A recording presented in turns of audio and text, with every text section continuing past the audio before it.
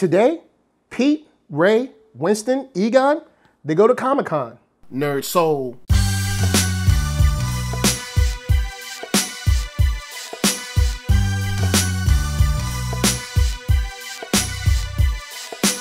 Late Ill Kid at OneYoungsta, holding it down, bringing that StreetGeek and NERDSoul. What is up, my people, today? Oh yeah, we're about to get into another wonderful episode of Talk Shop. We're continuing that read-along of Ghostbusters. That's right, y'all, Ghostbusters Convolution.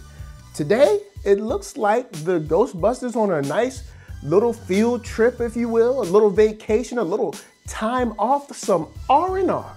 And Pete got to choose the last trip. Egon chose a trip, and this time it's Ray's turn, and Ray wants to go to Independence Con, or Independence Day Con. Either way, it's the 4th of July, and everybody is there talking about comic books, doing their thing, living it up, loving life. And the first thing that Ray wants to do is go see the booth of Frank Bancroft. This is a master artist and illustrator. He has drawn so many characters. He has been the foundation of the comic book industry, and everybody has paid him homage. And Ray wants to go and see the remnants of what used to be, of where this man used to sit, what made him so great, because unfortunately, Frank Bancroft has passed on. Now, with his passing, you can definitely see it's all about brotherly love, because Egon, Winston, and Pete are there to support him. So much so that they go to a 2-hour panel, or I think 2.5-hour panel, to support Frank Bancroft and just talk about his work and how much he's done and what he's done for the industry. And while they're sitting there, it just seems to be nothing but boring. I mean, Pete falls asleep, Egon falls asleep, and Winston asks if the guy ever drew any black characters.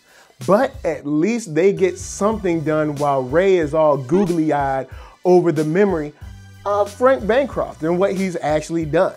And while they're doing their thing, we end up coming across some cosplayers that are dressed like Ghostbusters, and Pete has an axe to grind with them. He's not too pleased to see them wearing his garments, and they say, you can't sue us because we paid $5,000 for this stuff, and this is authentic wear. And even Egon steps in and is like, yo, we never spent that much money on our costumes, so you have to at least give them that.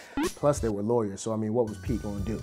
But they reel it in. You know, Pete doesn't go to war, but then Ray actually ends up almost going to war over someone who didn't believe that Frank Bancroft was the best illustrator ever and thought that it was all about the writer and that Frank could not do everything on his own, which of course we all know he could. Now, before we get to the craziness, because something does happen, I gotta remind you that you can find me at Black Hollywood Live. That's right, the first online network for African Americans, super dope.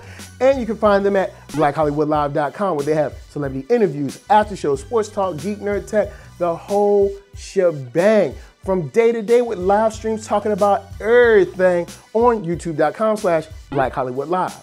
Now, of course, wherever the guys go, trouble does follow. So during a heated debate with Pete and one of the cosplayers, we end up finding that, well, a god springs up, literally in the middle of their conversation. And he wants to be worshipped way more than this Frank Bancroft character, because he's real and apparently he's just some human mortal or some past mortal that he doesn't care about. Now, trouble springs up always. The Ghostbusters are prepared. Sort of. See, they didn't bring any of their packs, so this time they have to actually run and figure out what to do, while the new god that sprung up named Dork'A, don't get me started, it's a dumb name, but hey, he springs up, he starts hypnotizing people, forcing them to worship him, and even gets Ray himself. Ray be getting possessed a little too much, but we're gonna move on because we have to save the day. Pete and Winston go one way trying to get their packs and suits back from these cosplayers that think that maybe we can cause a diversion, while Egon has a real plan. Because see, Egon picked up on a little PKE reading that shows that maybe Frank's, spirit is somewhere around. And the wonderful thing is that, of course, all you need to do is just insult Frank a little bit and his ghost will show up. And when he shows up, he shows out. Egon gives him the, the rundown. He draws a whole bunch of heroes to come and help. And when they come and help, they are super heroes to the max. Taking it to Dork'A in a straight up all-out battle royale. I'm telling you, if you bought tickets to the Independence Con or whatever, you got your money's worth. So all in all, the heroes aren't able to do it themselves, but Bancroft is the man. He hulks out and punches a hole in Dork'A's soul, and trust me, that dude is obliterated. And sometimes that's just how you gotta do it. Egon used a ghost to bust another ghost. And I mean, I guess, just like that. Makes sense to me, makes sense to you. So guys, I gotta give a shout out real quick to, that's right, Jack King Kirby, the ace, the #1, the legendary illustrator who Frank Bancroft was based on. Even his likeness was very similar to Jack Kirby. And we just wanna say from here at Talk Shop to, of course, all the fans that love and miss, that's right, the man Jack King. Yo man, rest in peace. It is so dope, of course, to see him represented, especially in Ghostbusters, because that's just something fun. So guys, I wanna know, what did you think about this issue of Convolution? For me, the art was not there. It was definitely not there for me. And the team didn't seem right. And what I mean by not seeming right is they didn't look the part, meaning that they just didn't keep enough likeness for me in the characters. And then the way they were written, Winston wasn't really himself, and really Ray neither. Especially there's a sequence with Egon that he just didn't seem like Egon. But of course it's Ghostbusters, so I still had some enjoyment. It's just that Convolution didn't reach that level for me.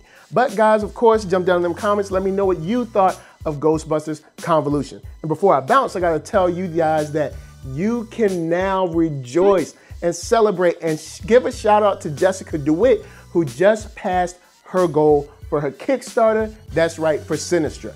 It's met its goal. Now they're looking for stretch goals and all kinds of craziness, and it's just a lot of fun. Now, if you're into fantasy, if you're into monsters, if you're into ragtag teams, or if you're into brothers having to get together and figure out how to live this immortal crazy life, you guys should shoot over to that link down below and check out the Kickstarter for Sinistra. Put down a little coin, get yourself an issue. So that's my time, and I gotta tell you guys to hit up ThatNERDSoul.com. That's right, check me out there. All the videos from the oldest, newest, latest, greatest, and all that, they will be there. Along, you should hit shop.thatnerdsoul.com and pick yourself up a t-shirt player, and don't forget to get one for them playettes. Then come back here, like, comment, subscribe, and share that Nerd Soul. That's right, there's no better way that I can show people that you like what you are watching. And shout outs go to LA, what up? VA, what up? RVA, you got my heart. And please, man, be good to each other.